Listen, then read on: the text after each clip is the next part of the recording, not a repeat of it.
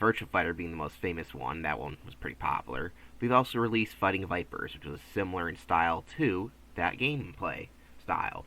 Anyway, when making the game, some developer named Masahiro Sugiyama, I hope I'm saying that right, was bored. I'm not joking, he was just bored. And it's like, and he put Sonic and Tails into the game.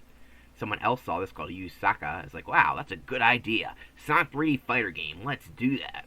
The idea was then presented to Sonic's head, Yuji Naka, and they thought he was going to like it, but he ended up did liking it. So they worked on making a 3D Sonic Fighter game for the arcade system, and later the Sega Saturn. However, for some reason, the Saturn version was canceled. I don't know why. They actually probably would have helped the Saturn out a lot in the USA, since this game is actually pretty fun and pretty good. So yeah, it's based off a previous fighting game, heavily, but just more cartoony, and with Sonic characters. In fact, there's new characters they added. Let's go over the three, actually, new characters they added before we get into the character gameplay and all that good stuff. First, we got Bark the Polar Bear. He's a polar bear named Bark. He is 17, and he's from North Island, apparently. And his nickname is Scarf Mook, whatever that means. He was created by Masahiro Sugiyama. Sagayama. I'm pretty sure that's how you say it. I'm really bad at speaking, so don't mind me. And in game, he doesn't really have much going for him. He's in the fighting tournament like everyone else, and he's of course in this island known as North Island, which is a snowy area. He's got a nice little winter getup. He's the biggest character and the slowest one, so he's actually kind of sucks in the game. No offense. Because the classic IDW comics are technically canon to the Sonic universe, his personality was taken from when he was introduced in Archie by Ian Flynn. He and Bean were introduced a little later than the other classic characters. And those characters along with Fang kind of became a weird trio known as the Hooligans.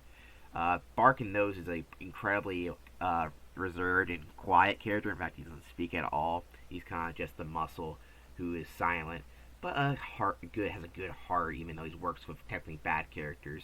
So let's get into the more interesting characters. Bean the Dynamite. He's a duck, in case you're wondering. Yeah, is he? Because I don't think he's a woodpecker because he does peck a lot. But I'm pretty sure he's a woodpecker, apparently. He's not a duck, he's a woodpecker. Sorry about that. He's 15. His father is Ben, which we'll get to quite soon. Like, who the hell's Ben? Nickname is Bomb Mook, and he's a woodpecker, apparently. Yeah, he appears alongside Bark in the comic series, so he actually has a concept of creation. He is based off. In 1988, there was this game called Dynamite Ducks for the arcade, made by Sega, where you play as two ducks who throw bombs all the time. And as you can probably tell by one of these ducks, is that it looks incredibly similar to Bean, because he was based off this duck. This duck we're seeing right now is named Ben. That's his dad, apparently, even though he's a duck and not a woodpecker. That was released in one of the weird manuals to another game, which we'll get to a little later.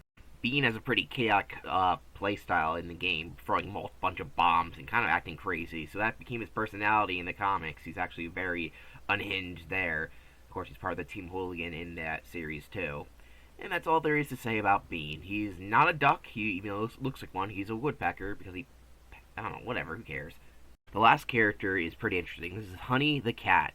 She was heavily based on a Fighting Vipers character also known as Honey. Same clothes and such. It was just a test character initially, because all the other characters were basically taken from Fighting Vipers until it was Sonic-fied.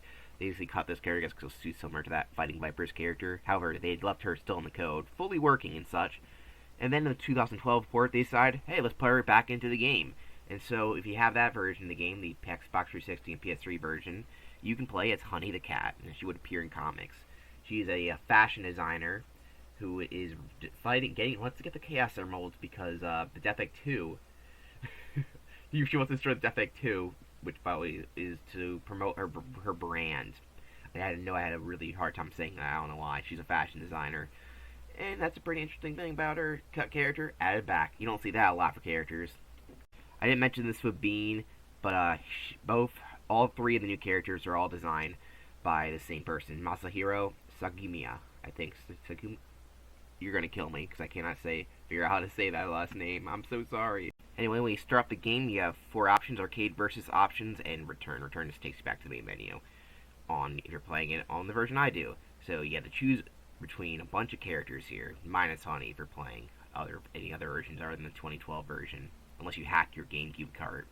You see, Eggman has built the Death Egg 2 with a giant metal Sonic outside that you only see in this cutscene. He's laughing because the only way to get there is to use Tails' plane, the Lunar Fox, which requires 8 Chaos Emeralds, and each character wants 8 characters want to join it, and so each one has their own Chaos Emerald. But of course, whoever you choose is the one who gets to fight the final boss. Anyway, every one of his friends, except for Fang, who stole one, has a Chaos Emerald, and Sonic and Tails go over their plan with Knuckles. Knuckles hears the story and thinks that this is only one-seater, because Tails decided to make it one-seater. He's like, I should go, because I'm the strongest. So yeah, Sonic and Knuckles have a fight over this. So now your fighter, whoever you choose, has to go fight the other characters to get their Chaos Emeralds, and then go fight Metal Sonic and Eggman inside the Death Egg 2. We have a pretty good selection: Sonic, Tails, Fang, Bean, Bark, SBO, Amy, and Knuckles.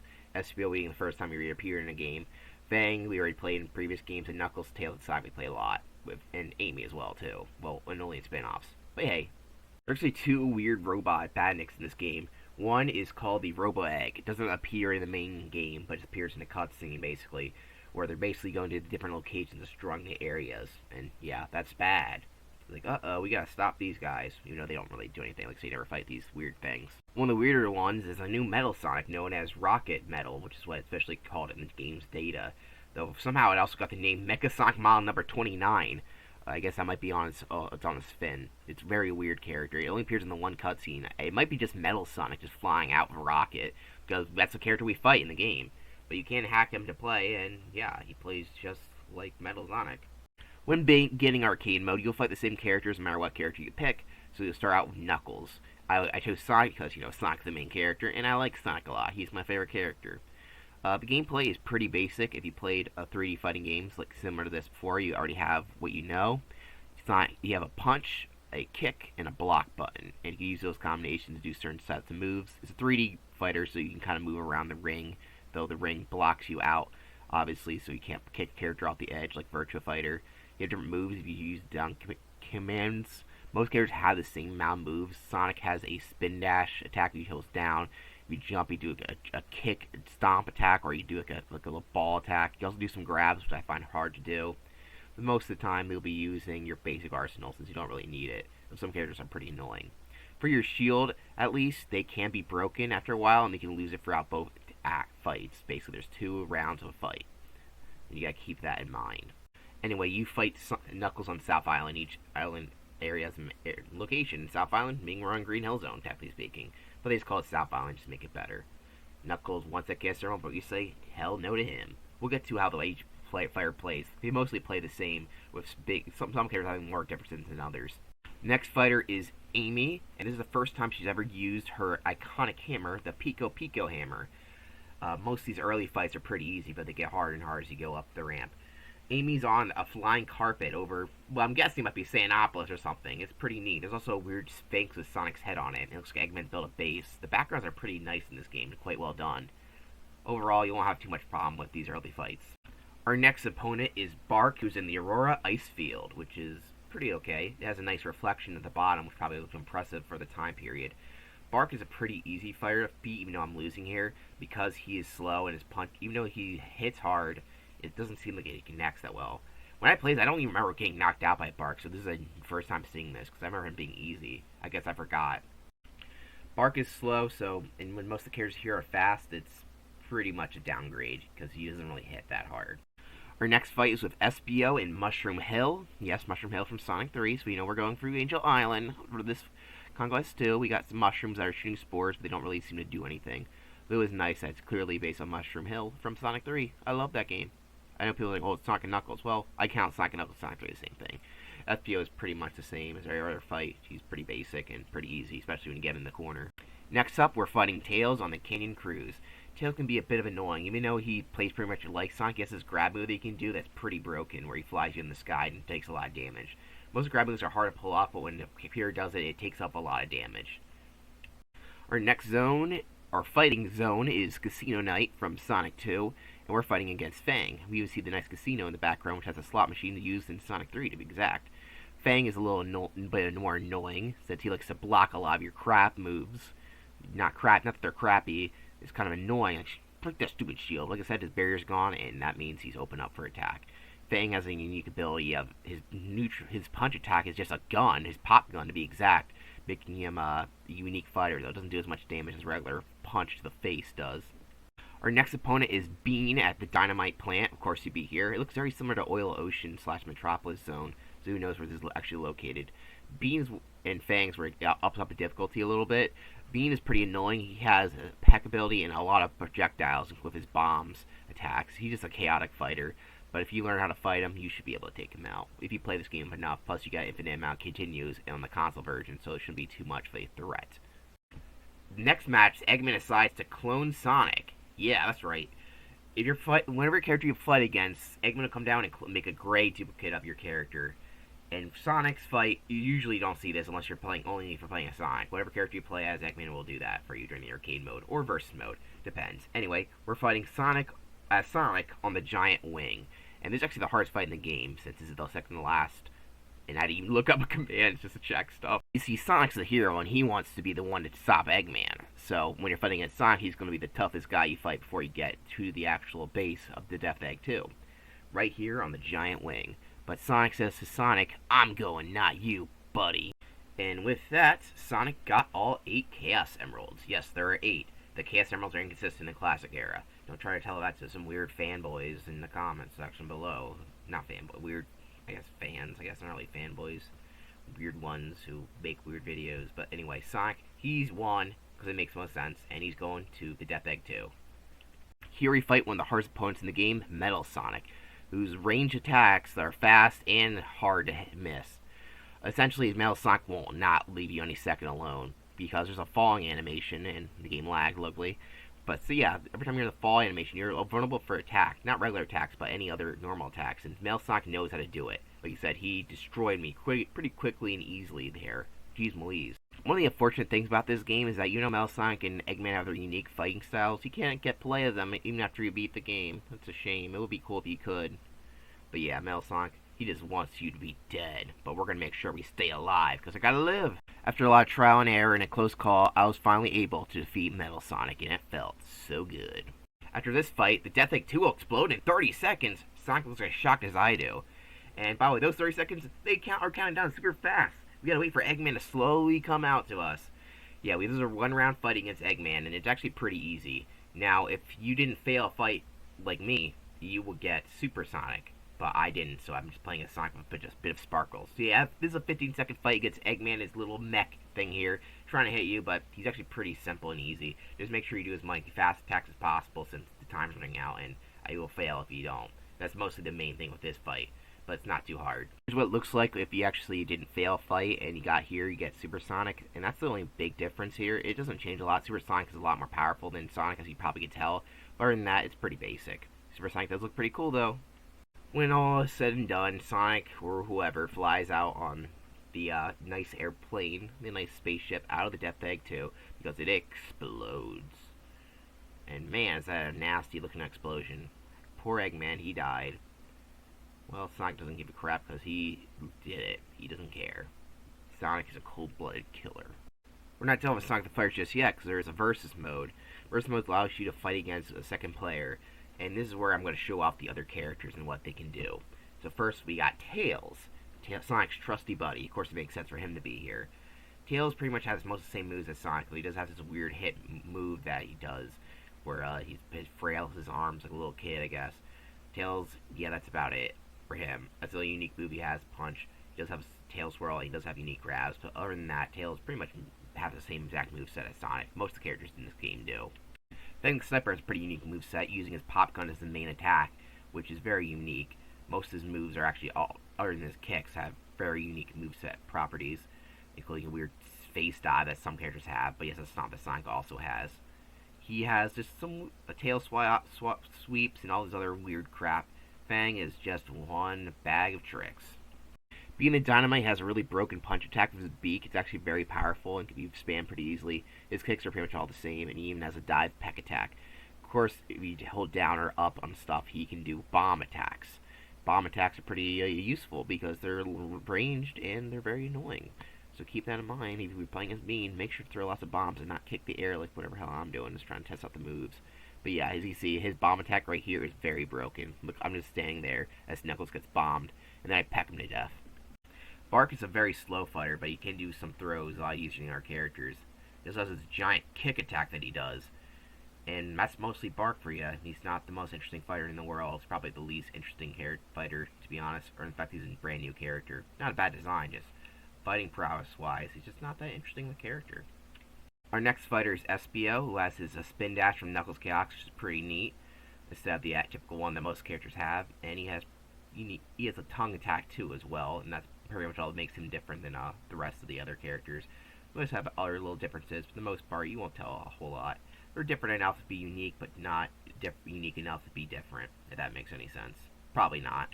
Like I said earlier, Amy finally gets an attack move, the Pico Pico Hammer. Because they wanted to make her unique, and they just gave her a hammer.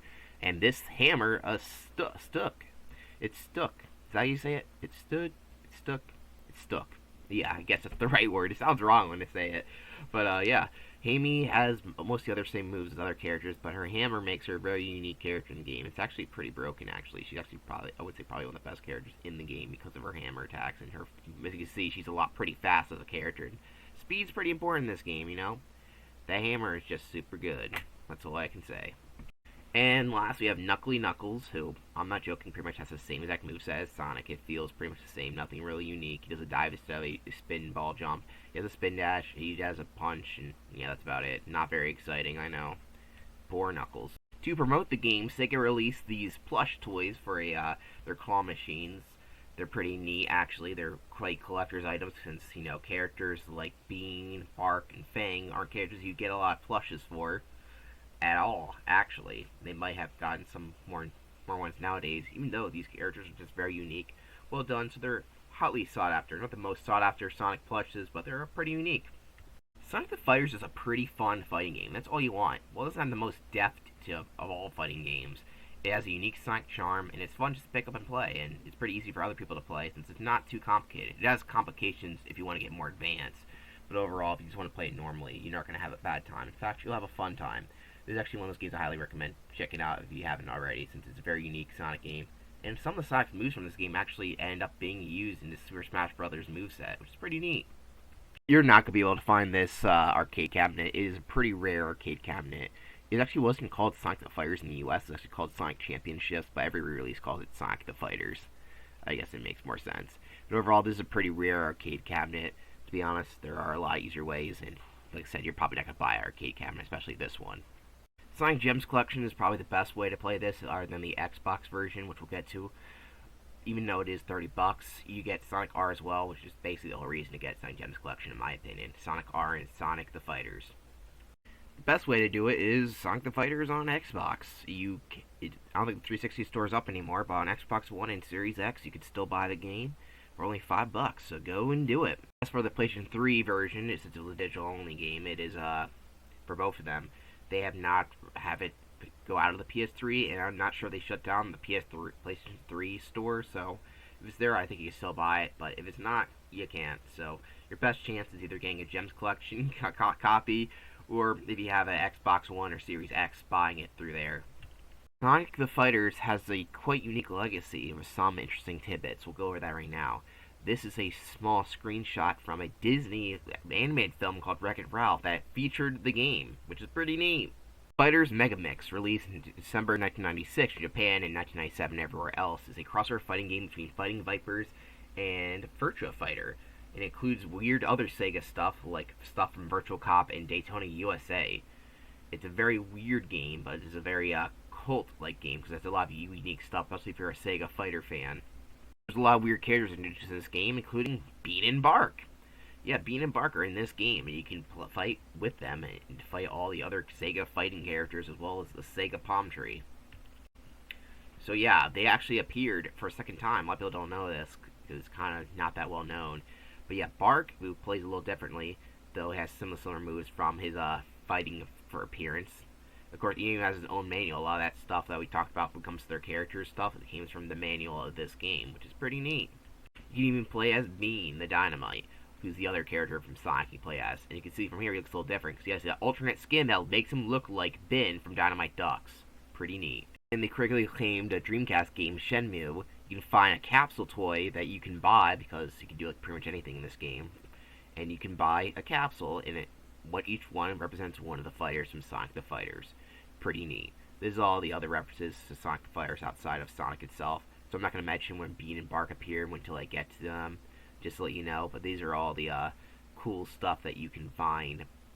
It's pretty neat.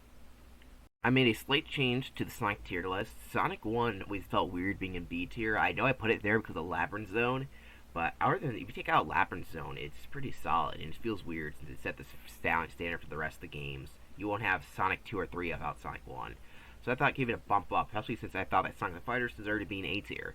Well, like I said, it's the most in-depth game in the world. It is a fun game, and that's really all that matters in the end. Fun is the best. And that's all I gotta say about Sonic the Fighters. Stay tuned next time when we cover a very weird Sonic game. See you then.